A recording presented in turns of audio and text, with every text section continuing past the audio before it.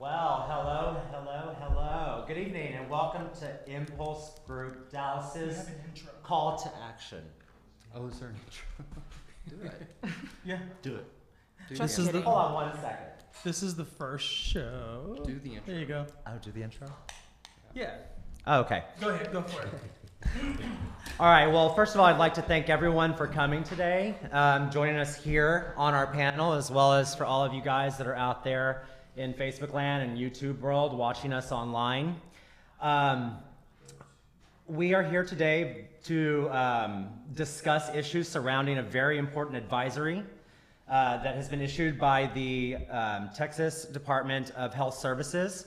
But first, I'd like to start by introducing everyone that's on our panel this evening. We have with us Brett Camp. Brett Camp is the Texas Regional Director of AIDS Healthcare Foundation and is going to help us understand this health advisory that we're going to be discussing just a little bit better in a few moments. And then we also have Israel Luna, who will be joining us in just one moment. Israel is an American filmmaker known for his titles like TikTok Trannies with Knives, and he's also the owner of Spayse Studios, where we're broadcasting live from this evening. We also have Will Turner with us. Will Turner is with a local Dallas charity called Red Foundation. Next to him, we have Krista De La Rosa, who is with AHF, as well as Texas Latino Pride. And then we also have Stephen Mobley right here in the center of the table, and he is the social media manager at the Dallas Voice. And then, of course, my name is Eric Vasquez. I am the Vice President of Impulse Group Dallas, the Dallas chapter of our global organization. And next to me is my partner, James Hall. He's our Director of Advocacy here in Dallas. So before we begin, I want to encourage everyone online to be engaged and join in this conversation with us. There will be several breaks and an opportunity for you to win several prizes as well. Everyone likes a prize, right? Also, if you have any questions for any of our panel guests, please write them in the comments under the live feed, and we will be doing our best to get to all of those questions. So, let's begin by looking at the health advisory first. For those of you joining us on Facebook, if you'd like to see the advisory yourself, it's really easy to access it on Google. Just go to Google and type in Texas Health Advisory HIV. Click on the link, and that'll pull up the actual document for you in a PDF form. Brett, Yes. We'll go to you first. On August 14th, all healthcare providers received this advisory saying that there are 16 rapidly growing clusters of new HIV infections, primarily in DFW, Houston, and San Antonio. It goes on to say that many of the persons within these clusters reported meeting sex partners through social media. Would you mind briefly explaining this health advisory, how this information is collected, and then also briefly touch on what the report says about genotyping and molecular surveillance? Sure. Well, thank you for the opportunity to share the information, Yeah, absolutely. Eric. So this is very important that Texas would issue an advisory such as this. And it's only now that we've got a technology that through testing, we can map DNA of viruses the same way you map the DNA of a family tree. Mm-hmm. So what they have found in the process of validating HIV test results through blood is that there were fingerprints that were similar or the same in DNA these fingerprints. clusters, DNA fingerprints, that would show up in these people that we're testing. And so they now have the ability to link how people were infected, and if we've got somebody who's a super infector, or if you've got something that is something else contributing, or it's new territory to be able to do this with HIV. Right, yeah. I mean, talk about really diving in and being able to get to the root of the cause. And this has been going on they've been able to genotype for a while though, right? It's just kind of becoming more in the forefront for people to... Right, you can genotype drug resistance and see if it's something that is inherited from your infection. But in this case, they were looking at the actual blood of the and the DNA of the virus. Mm-hmm. And through that, the different profile of that is where they were able to identify the 6 different clusters and people that were involved in them. Okay. So tell us exactly, Brett, like, why do people need to be listening today? Like, why are we here? Mm-hmm. And what does this report actually say that we need to pay attention to? Well, what this is saying to us is that it's a new dawn for HIV. We now have got so many options for people with HIV, and we have so many options to keep people from getting HIV. That the importance of what we're doing here is having these discussions. We're opening up to be willing to have conversations. And I hope that's one thing that people will take away from this, is that, you know, that is going to be crucial to ending HIV. Great. Well, we really want to go, we definitely don't want this forum or this panel to cause even more of what I believe is really the biggest problem in our community that causes new infections, and that's HIV stigma. So we really want to start talking to what is HIV stigma and how does it create new infections. First and foremost, we want this panel to not make people worry more about people with HIV, but to start taking personal responsibility in how we can address that issue. So first of all, what is HIV stigma? And who here has experienced it, and could you give us a little detail on maybe something that's happened to you personally? Well, as a trainer, I used to work with clients who are HIV, which is why I started my business in the first place. And the gentleman that came to me, he was HIV positive, but he never really socialized with anyone outside of his home. And he came to me, and he was a very good-looking fellow, very smart, but he was very suicidal. And my heart bled for him, in the sense of not being able to share his status or to meet someone, because when they found out he was HIV positive, of course, there was that negative stigma that's associated with him, and he didn't feel like he was worthy enough. He felt dirty, or, you know, there was something wrong with him, and it just bothered him emotionally, and it just took a toll on him. So, yeah. Did he experience things like, you know, leading back to kind of the social media app thing? Was he on those like dating apps and did maybe something like that? At that particular time, Contribute. he was, and people would say horrible things to him or send him messages, you know, and he couldn't disclose. So when he would hook up with someone, he wasn't honest about his status, and Right. that also created a problem for him as well, which is how he contracted it. So. Well, I've heard a lot in the community about some of the, there was this really great video that was done by another organization where it had just regular people reading some of the things that are said to people with HIV online and like on the different social media apps. Have y'all seen that? I'm not on there anymore. Hey, Israel. Everyone, this is Hi, Israel everybody. Luna. Hi, Israel. Introduce him real quick. Thank It's you the for first- coming. You're welcome. I actually had to step off really quick to get the show intro, because we worked really hard to get that intro. So maybe after the break, we can come back in and do the actual intro. It's real cute. It's a re-intro. The intro, it's like the intro to The View or something. To bring up today, we were talking about the negative things that are said online to people with HIV. So Negative online? I've never Yeah. heard of such a thing. has anybody ever experienced that, or some of the nasty things that are said? And what are some of the things that you've heard, or at least your friends say that they've been told?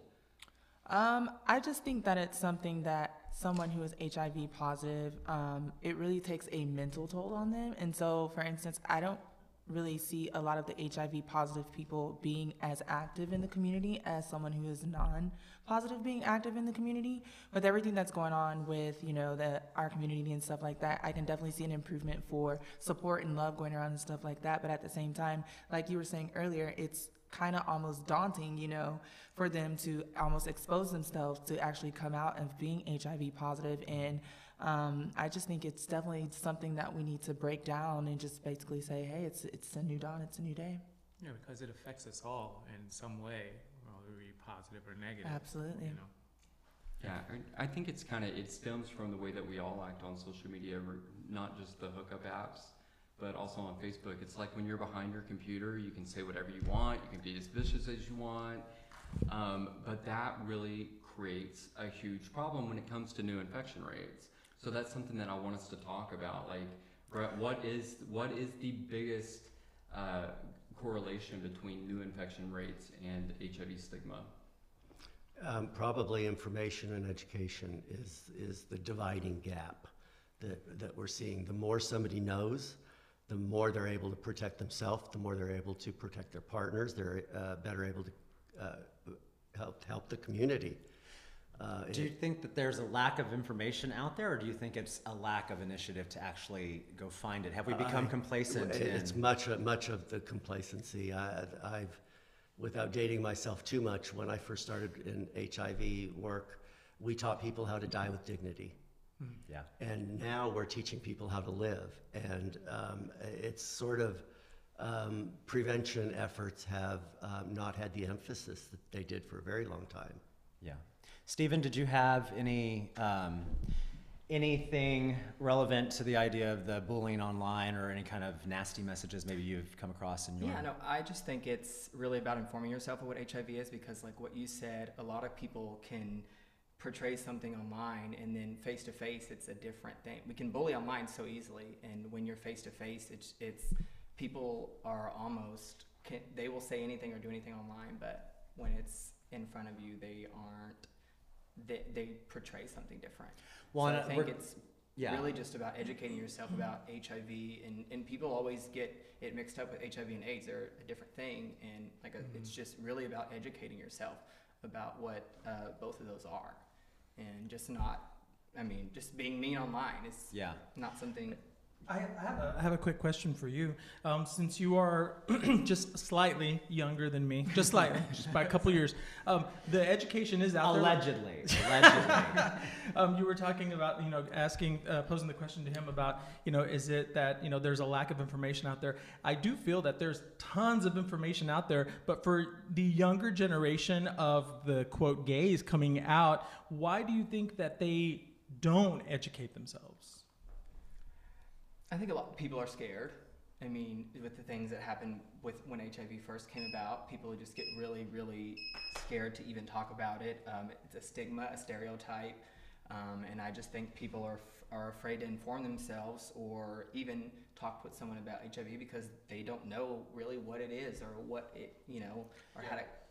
And I apologize, but I asked that question right before we had to go to break. Yeah. Well, so we're going to actually catch back up with that when we come back from break. But I want to ask a question to everyone that's viewing right now. If you answer the question, if you're the first person to answer the question correctly, when we come back from break, we're going to go ahead and give away a $50 Amazon gift card. Ooh. So, yeah. I was like, can I win that? Yeah, we can't use $50, right? That would So, be awesome. What's that first question? the first question that we are going to pose to everyone is... I got it. What is the best practice for how often you should get tested for HIV? Let's repeat that. What is the best practice for how often you should get tested for HIV? Now, please take a look at episode 1 of our Chasing Tina series that we did last year. Take a look. Okay.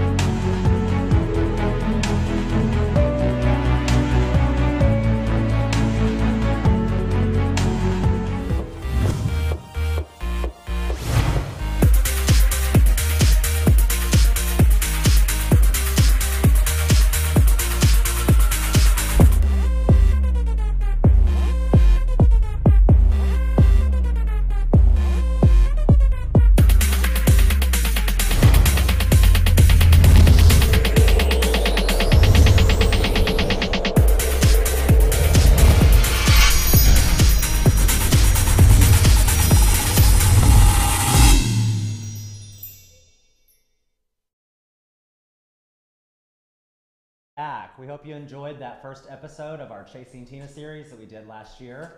In 20, what was that? And 2016. how was that intro? And how Yeah, was that that intro wasn't that great? intro We're was gonna have to use fierce. that again. So we do have a winner from the question that was posed before we went to break. It was, what is the best practice for how often you should get tested for HIV? Krista, I'm gonna let you announce our winner.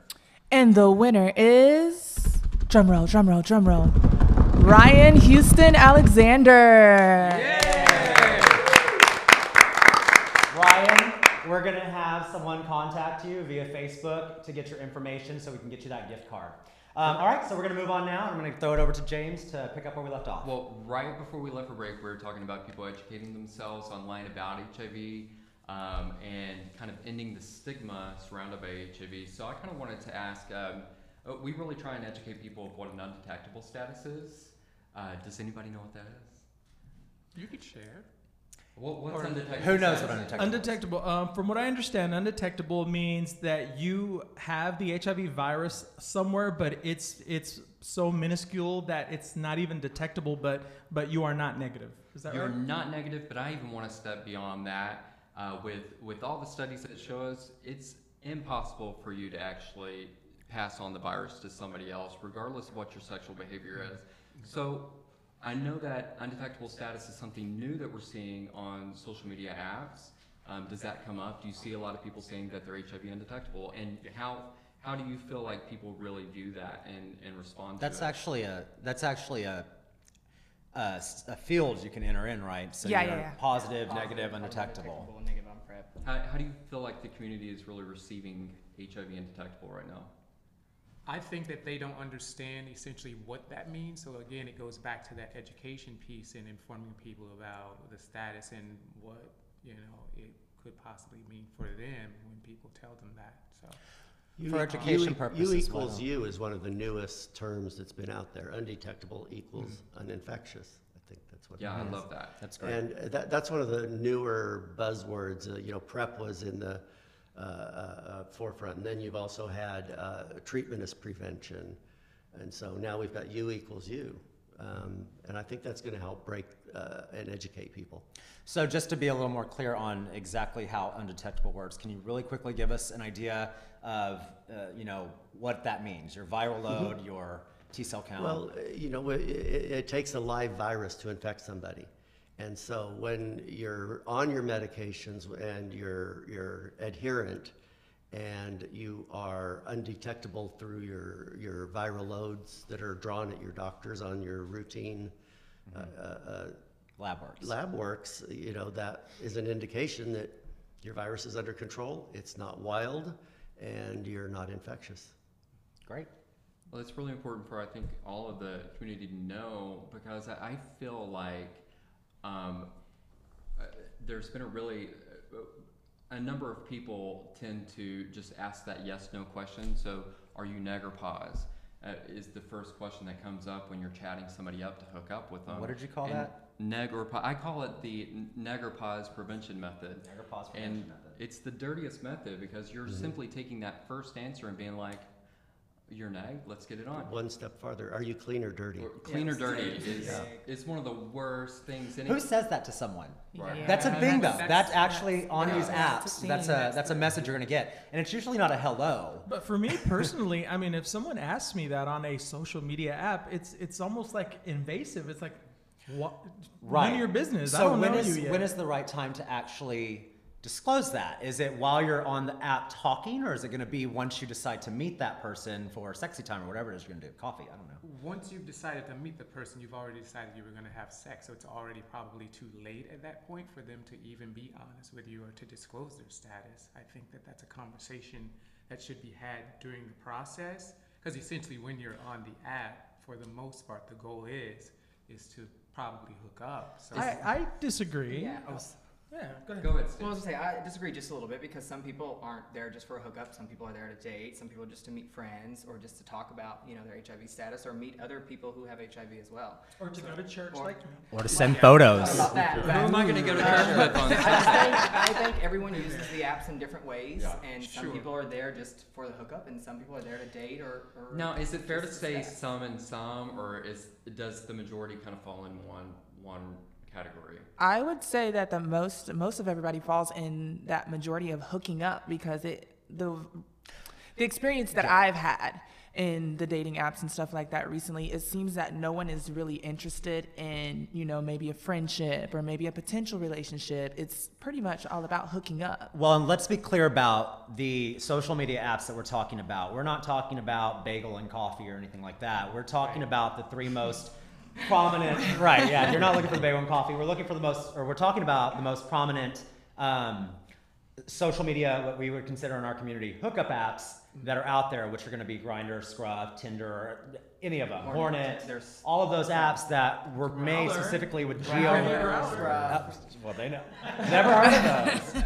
But where they geographically locate you so that you are in proximity to someone for coffee and a bagel or whatever, hooking up. So yes, I think they're definitely geared towards the sexual desires. But here's another question for you.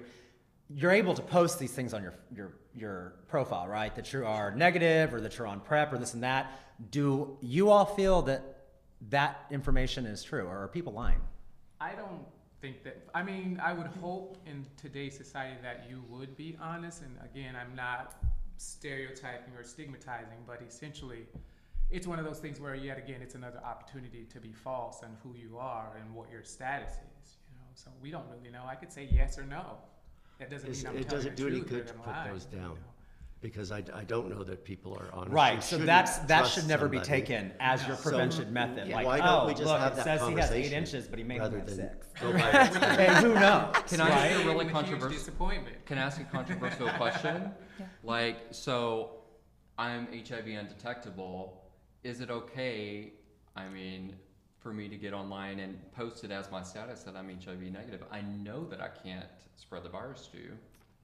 I mean, you're still being false. Right. I mean, essentially, it's just like be true to who you are. Do you think that happens? Of Oh, course, yeah. absolutely. Oh, yeah. And that If- goes back to what she's saying about relationships. If you're looking for relationships on these social media apps, I think that the thing that's important is to be honest about who you are and living your truth, because when this person meets you and you lie to them, you've just probably ruined the possibility for a relationship that you may have been looking for on these types of apps.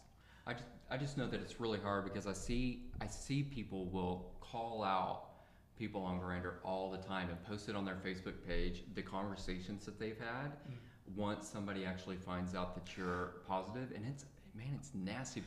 Y'all are being nasty out there. Hold on. So I want to go to a question He real said, quick. y'all nasty. We have a question from Jose Ramos in Los Angeles, California. He would like to know, according to the report that's been released, most of the new infections come from hooking up apps or hooking up using these apps that we were discussing. Again, there's nothing wrong. We want to clarify, there's nothing wrong with using these apps. Use them all you want, but the data that we're receiving is from the apps. Do you think that the hookup apps have a responsibility to public health? Or are they just a business that's kind of exempt because that's what they're doing? None at all. People, you're adults.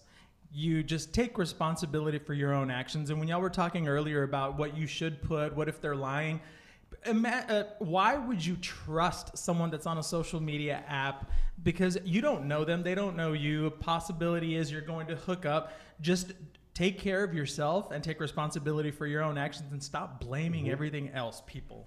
So is that a unanimous kind of? Conclusively, yes. If Take you were ordering a accountability pizza. for yourselves and your actions and your, how you interact with people, and it's not even to stigmatize the hookup apps. That's social media just in general, So we have a responsibility to use these apps as we choose. That's a choice. I don't blame any social media app. It's the person that's using it and how you use it. So to take that further, I think I've seen personally from what I've read, because I have a partner, so I haven't been on this in a very long time. But I do know that they have certain ones like Scruff. That's the distinction. I check that phone all the time. So, Scruff really has they were kind of the pioneers in making sure that they gave those fields when you signed up as to, you're undetectable and whatnot. I mean, down to even drug usage, all that kind of stuff. They really brought in the field of what information you're giving rather than a torso pic, your location and your age and, what you're looking for.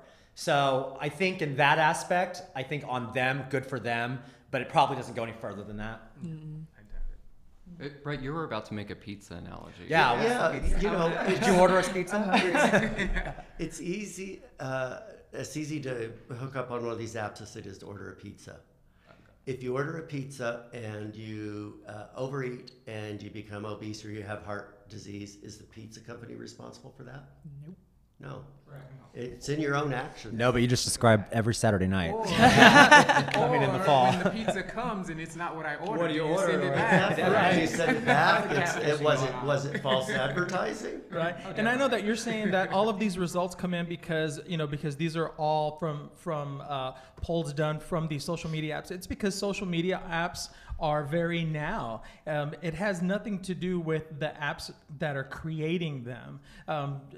It's people are still going to the bars and stuff. It just happens that these apps make it easier. Okay, big deal. After these apps have gone, it's going to be something else. All right, and I You just go want to to the bar let and they're all on their app. Londo. This is We are going to communication. come back, circle back to your question in our next segment.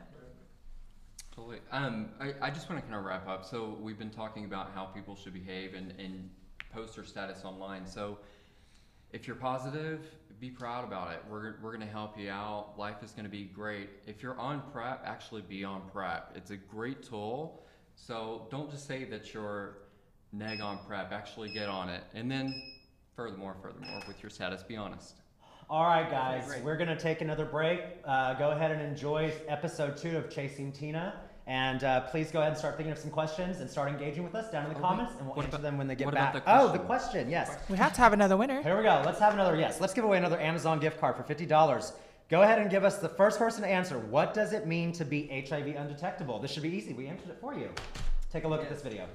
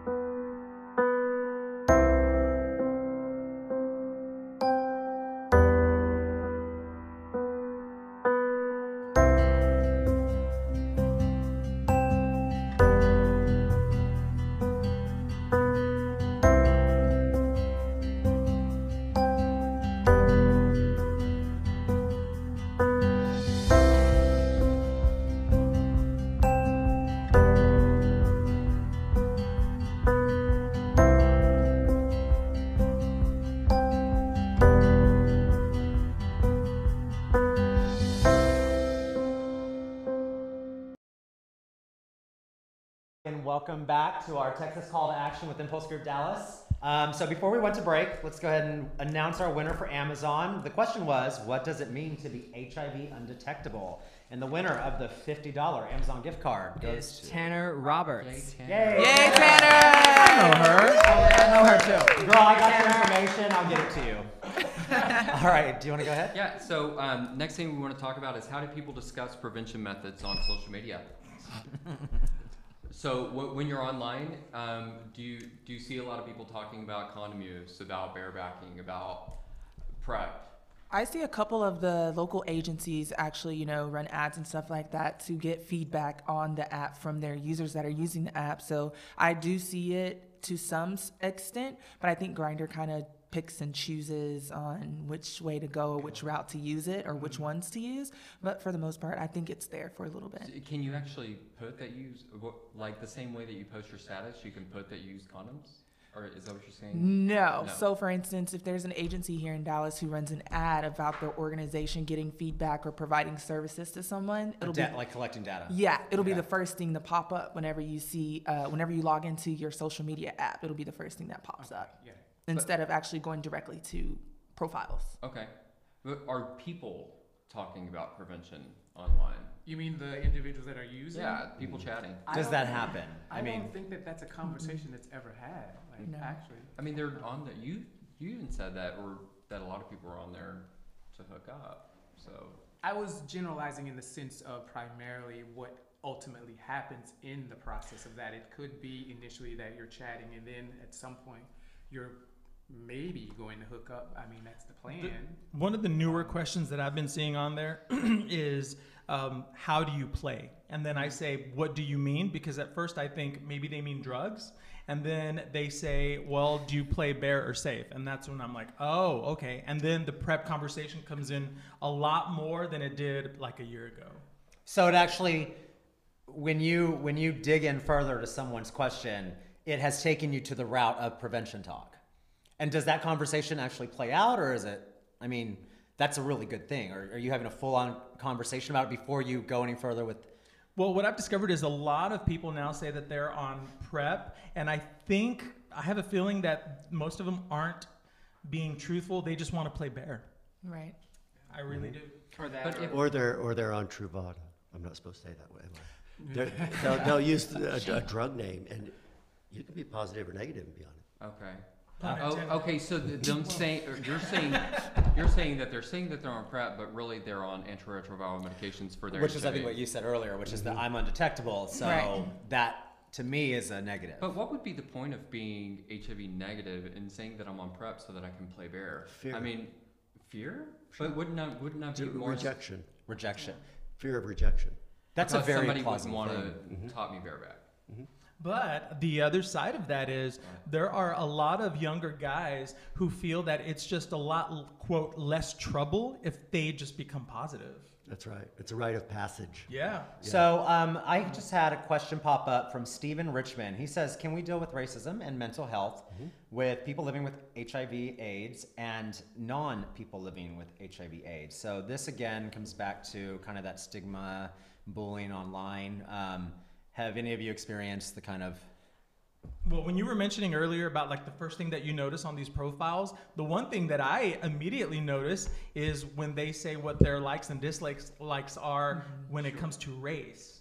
Now, I personally don't feel that a lot of people are racist. It's in the delivery. Like if they say, sorry, not into Latinos, not into Asians, but when they say flat out with exclamation points, whites only, then I'm like, I might question this person.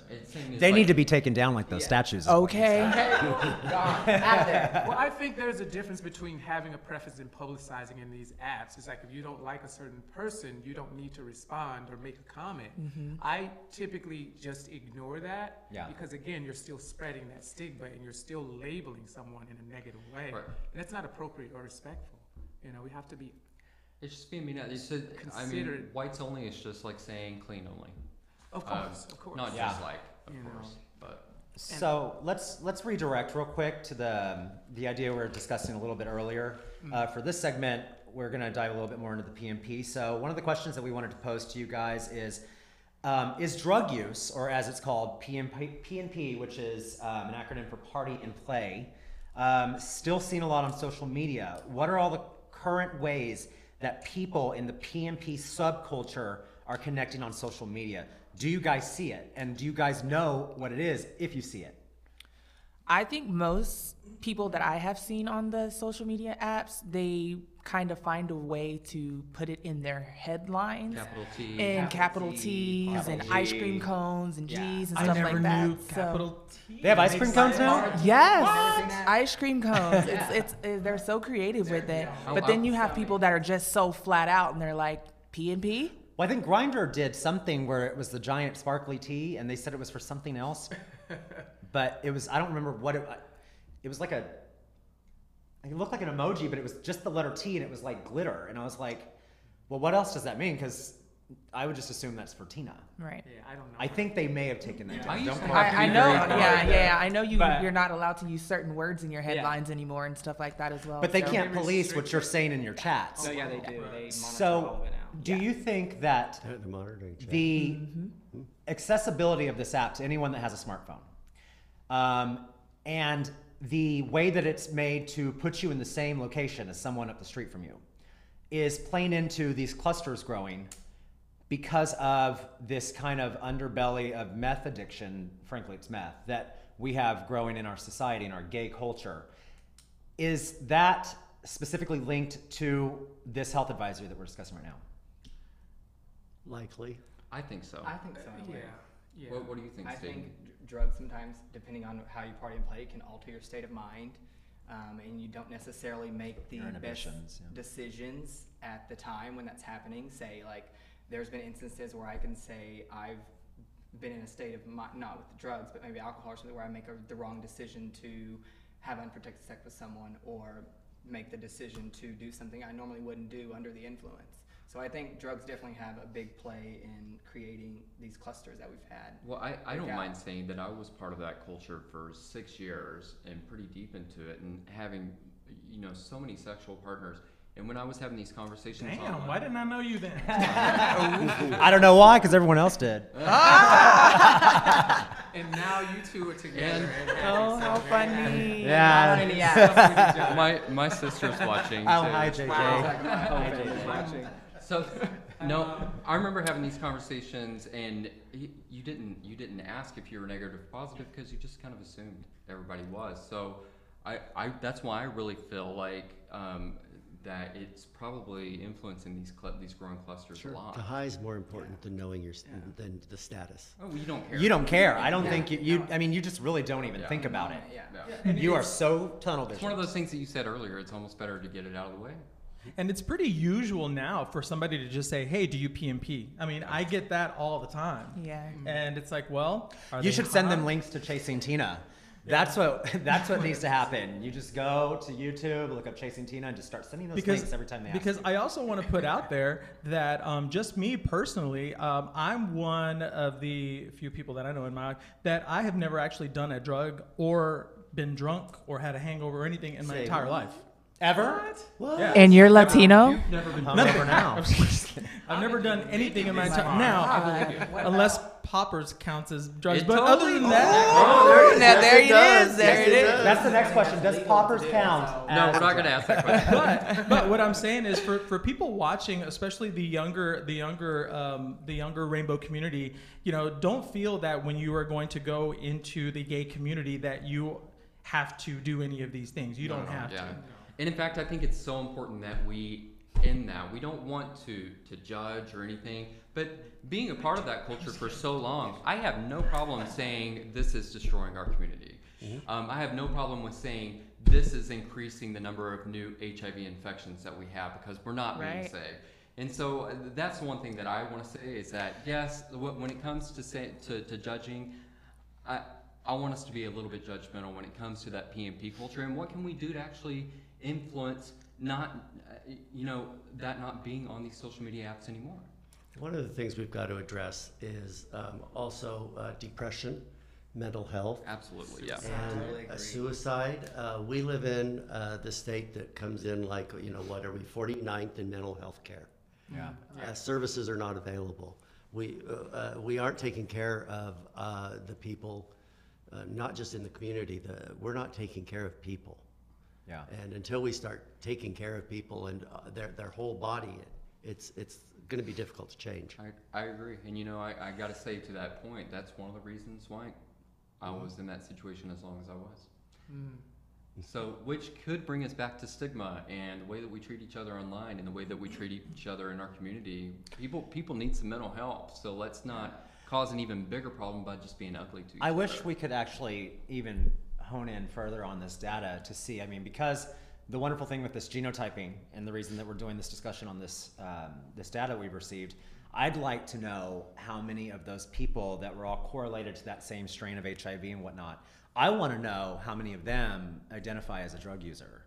You know, is this happening in a affluent A casual part of connection, or Well- is it, well, what's the conditions? just is, you know, yeah, I guess. Well, in a But- study I think that was done in 2014, of all the information that was collected from those people that collected, I think it said that out of every 3 people that knew infection rates, 2 of them said that it was because of drug use.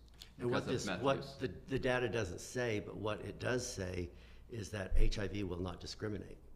It does not care what your color is. It does not care what your car looks like, what your home looks like.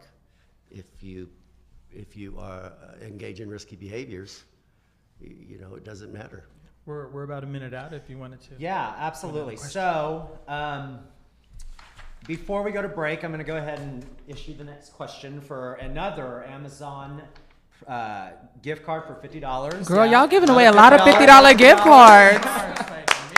Now this question actually has a couple of different bullet points to the answer. So try to answer it as best you can and thoroughly. And the first person to get kind of close enough to it will win the gift card. So the question is, how is PrEP taken correctly? And for those of you that don't know what PrEP is, it's pre-exposure prophylaxis. Again, try to answer that as closely and thoroughly as you can. The question again is, how is PrEP taken correctly? As we go to break, please take a look at our 3rd episode of Chasing Tina. We'll be right back. Isn't it taken with the margarita?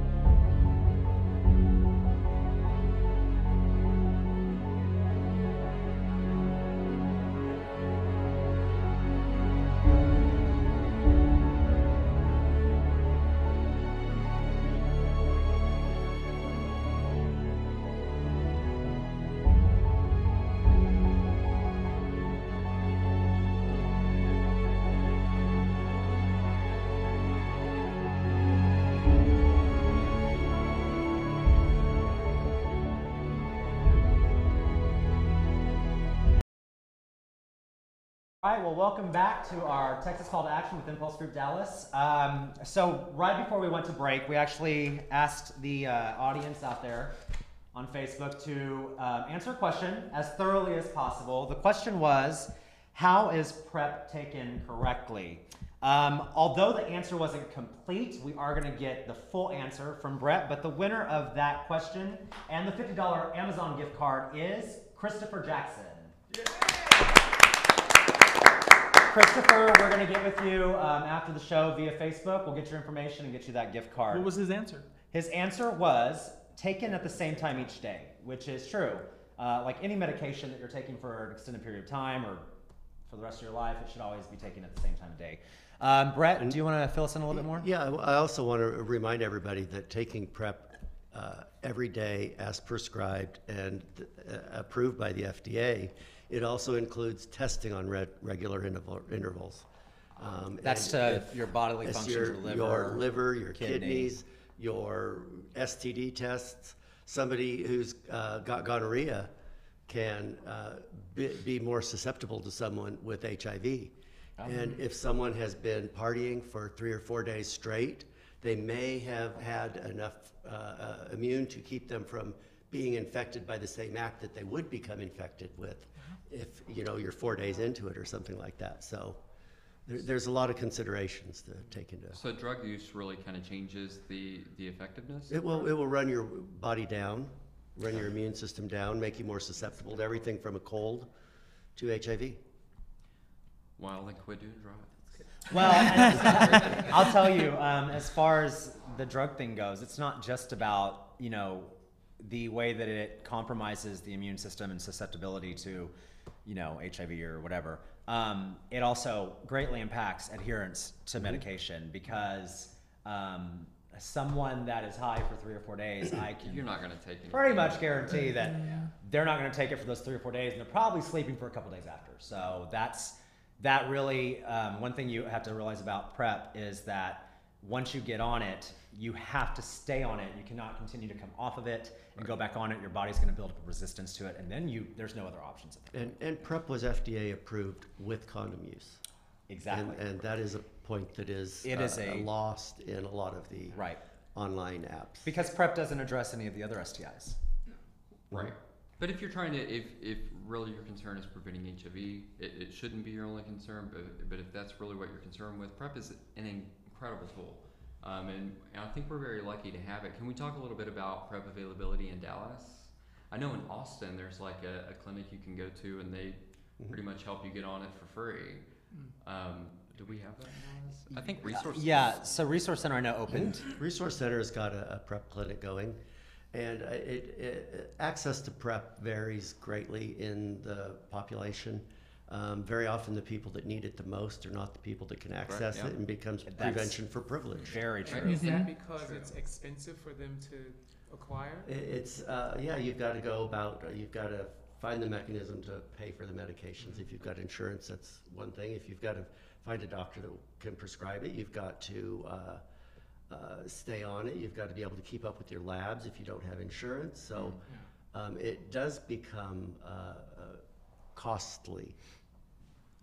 And I think AHF started offering PrEP if you do have insurance as well. Isn't that correct? What we do offer PrEP, and we have a good number of patients that are on PrEP coming, and most of them are partners of our healthcare center patients.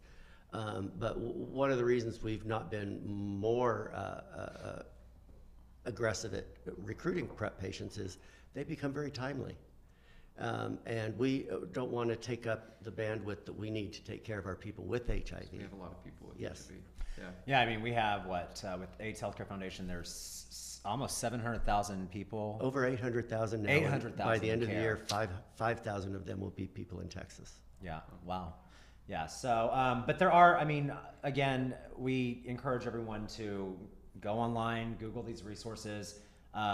They're definitely out there. And I would love to actually, everyone should probably take a look at the Resource Center's program that they're doing right now, because I think that's something that was seriously needed. So shout out to you guys. It's a at great Resource program. Center. Resource It's great. Center. 214-528-2336. Wow. There you go. Right off the top of your head. So also, not just PrEP. PrEP's a really great prevention tool, obviously. But what is another great prevention tool? Because there's a whole, we call it the prevention toolbox. There's all kinds of tools out there. PrEP is one of them. Like you said, PrEP was actually created to take in tandem with condoms. I think testing. Treatment as prevention is extremely important because as we become a less stigmatizing world, right, and that's what we're encouraging people to do online. It's important that people with HIV are maintaining their adherence to their medications. That's the way that we stay undetectable and the way that we keep from being able to spread the virus to other people. So that's one, treatment as prevention. Yeah, and then, so that's something, treatment as prevention kind of falls in with PrEP, and it's also Truvado, which is what is in the cocktail for someone that's HIV positive. So that's treatment as prevention. But as far as people that are negative, and we cannot say this enough, this is why we do this at pretty much all of our impulse parties here in Dallas, well, across the world, is testing. I know that AIDS Healthcare Foundation has one of the best mobile testing units, as well as at Out of the Closet. Krista, you work with the Out of the Closet, right? OTC. Oh, I forgot we were going to do that. Yeah. So at this time, we would like to bring on one of our very special guests. His name is Tyler Stevens. He's the president of Impulse Group Dallas. Come on, Tyler. And right now, what we want to do is we're going. Yeah, hi, Tyler. So Krista works at. She works with Out of the Closet, but AIDS Healthcare Foundation as a whole, and she helps with the testing that we do at our clinic, which is right in the Oakland area. It's what, next to the Roundup, right? Right next to Roundup. So Krista was nice enough to bring a testing kit with us. What we want to do is, Tyler has been so gracious as to get tested on camera. We want to show you how quick, how easy, and how painless it is. It's super fast. Are you ready, Tyler? I'm ready. All right, Krista, take it. All right. So as he was stating earlier, that we do have our healthcare wellness centers. Not only are we at Out of the Closet, but we are at Medical City Center off of Forest Lane. So if you want to Google us and follow us there, please feel free to do so. When can somebody go by Out of the Closet to get a free test? Okay, so we're there currently 6 days out of the 7 days a week, and they're there from 10 a.m. to 7 p.m. That is Awesome. convenient. Now, you also test not just for HIV, but you also have a clinic that tests for Yes, so other if you guys STIs. come and see us on Wednesdays from 2 to 6, we do testing for syphilis, chlamydia, and gonorrhea, and we also offer free treatment if needed. So this is all free. Yeah, all free. It's amazing. It's all free. And There's I no remember back excuse. when I lived in Austin, that was just like going to the RBGA clinic. You could go in there and get treated for syphilis and gonorrhea for free before you even tested positive. So that's really amazing. If you don't live in Dallas, you can find the closest testing location at freestdcheck.org. Oh, perfect. And Krista, how long does it take for those STI results to come back? So your syphilis test comes in overnight, and then your chlamydia and gonorrhea, they come in about 7 days.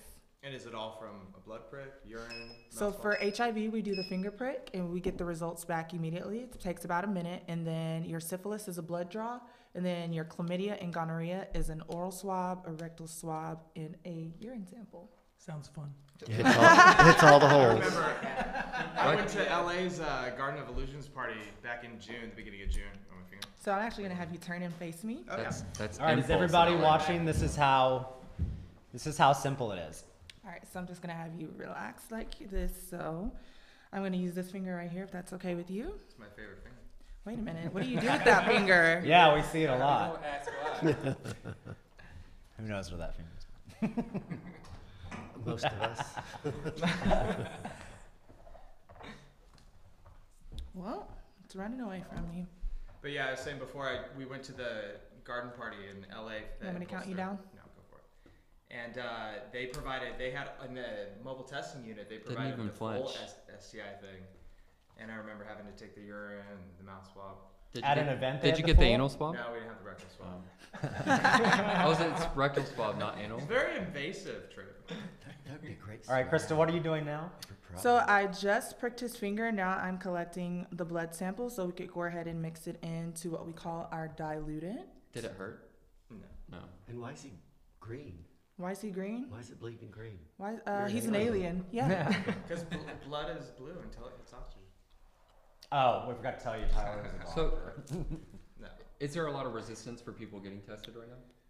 No, there's not really a lot of resistance. We do get those clients that come in and they're like, "Oh my God, I'm scared of needles," and it's like, okay, well, it's just a finger prick. Look at that. So How quick was that? Everybody off. That was great. 3 minutes. So we're not going to share the results, but what happens if you do test positive when you get tested? So if you do come back positive, we do link you into what we call our linkage program, which is linkage to care. And they're pretty much going to set you up for labs to have a confirmatory test just to make sure that it's not a false positive on the instant kit. And then if those do come back positive, then we get you some medication and we get you in for your doctor's visits and all that kind of good stuff. So it's really a comprehensive. And it's all in-house, so. Yeah. I have a question about using PEP in that scenario.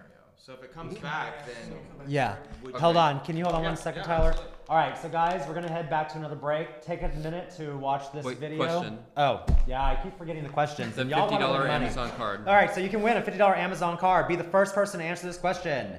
How do we end HIV? And I'll give you a hint. There's a two-part answer to this. So how do we end HIV? Take a look at Chasing Tina episode 4. We'll be right back. I can tell you right now. Are we off?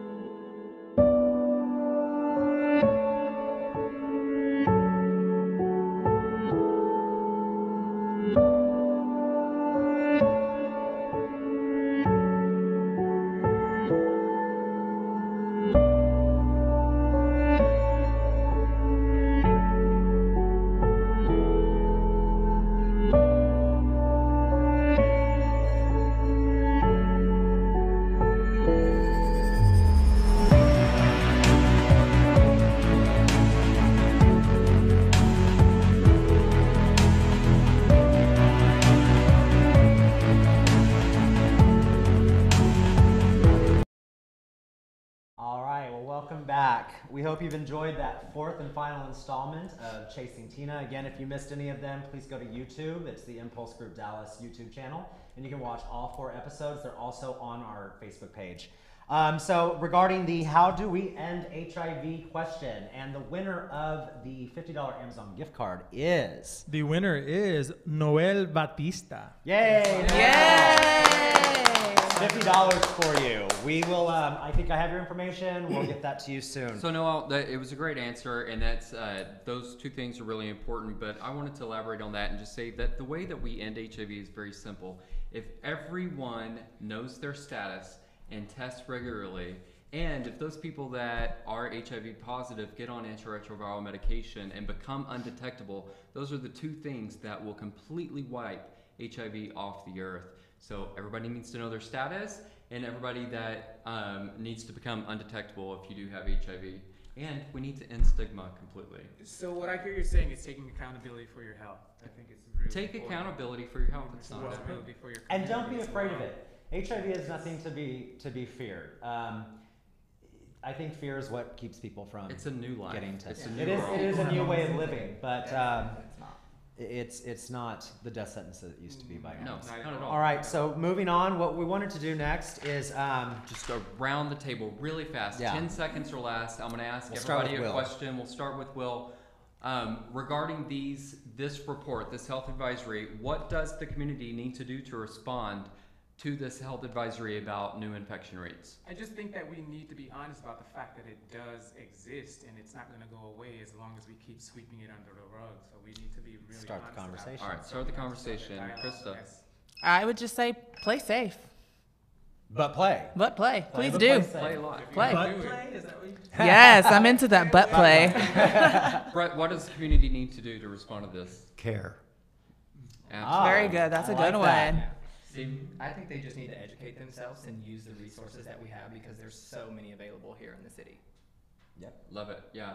Nice. Israel? I would say take responsibility. Stop blaming social media apps or devices or other people or drugs. It starts with you. Make good decisions. Love it. I'm going to say quit asking Negropause. It's the dumbest thing I think Oh, you yeah. could possibly do on social media. Quit asking Negropause. Go and sleep with people that have an undetectable status because you can't get it from them. And that's it. That's all I'll say.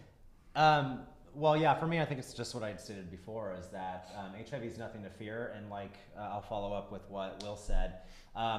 When we decided to do this panel, it's because not one single one of us up here is afraid to talk about HIV, and neither should you. So hopefully we'll have some more of these kinds of discussions in the future, whether it be here on this channel or however that conversation starts. But you should be starting your own conversation as well. So for that, I think we're done here. I want to thank all of our panelists for coming. I'd like to thank Spayse Studios for hosting us. I want to thank all of you guys for watching. Thanks. Hold on. Yeah, wait, So- one last So thing. this weekend is our beat party. It's how do they go to So the hold page? on. If you go to beathiv.eventbrite.com, you can purchase tickets to our event that Impulse Group Dallas is hosting. And we're this- doing free testing Hold all on. night long. This coming weekend, it's free testing. They're married. Can you tell Yeah. they're in a relationship? Yeah, so it's free testing. Again, Impulse does testing at most of our events. If you come to that event, it's going to be an amazing time. DJ Tony Moran is spinning. We have a free shuttle that's going to be running from the Strip to Stereo Live, which is our venue, and we will have testing there all night. Doors open at 9. We go till 2 a.m. Again, it's beathiv.eventbrite.com, or you can look up the event invite, which is on our Facebook page. Do you want to do the code? What's the code? Well, I'm just gonna. Wait. If you go onto our event, if you go to Eventbrite to purchase your ticket, we will give you a code that will get you a discount for tuning in tonight and watching us. Just because we're so happy that you did. Go ahead, and the code will be call to action. If you type in call to action, that will get you a discounted ticket to our Beat event. How much? $10. It'll be discounted. All right, guys. Well, thank you so much for tuning in. Thank you. Have a wonderful.